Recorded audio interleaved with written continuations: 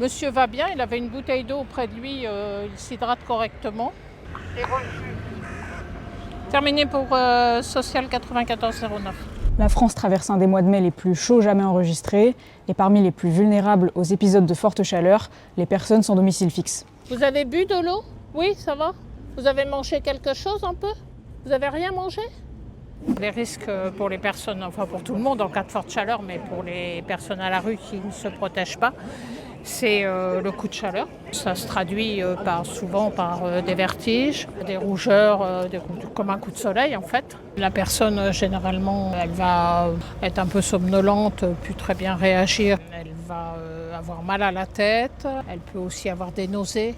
Elle peut aussi avoir de la fièvre. Ça peut aller jusqu'à la perte de connaissance. Personnes qu'on a croisées dans la discussion, je me suis assurée qu'elles allaient bien et elles ne présentaient pas de signes évidents de coup de chaleur. L'Île-de-France est désormais placée en vigilance orange canicule.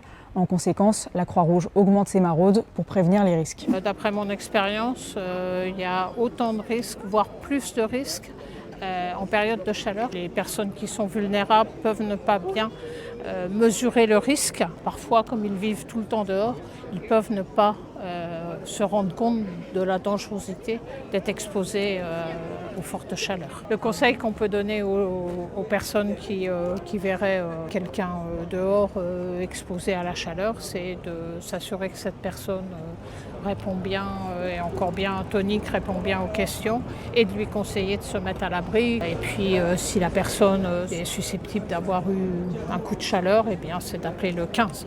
L'an dernier, plus de 900 personnes sans abri sont décédées, un chiffre probablement sous-estimé du fait de la difficulté à recenser les cas.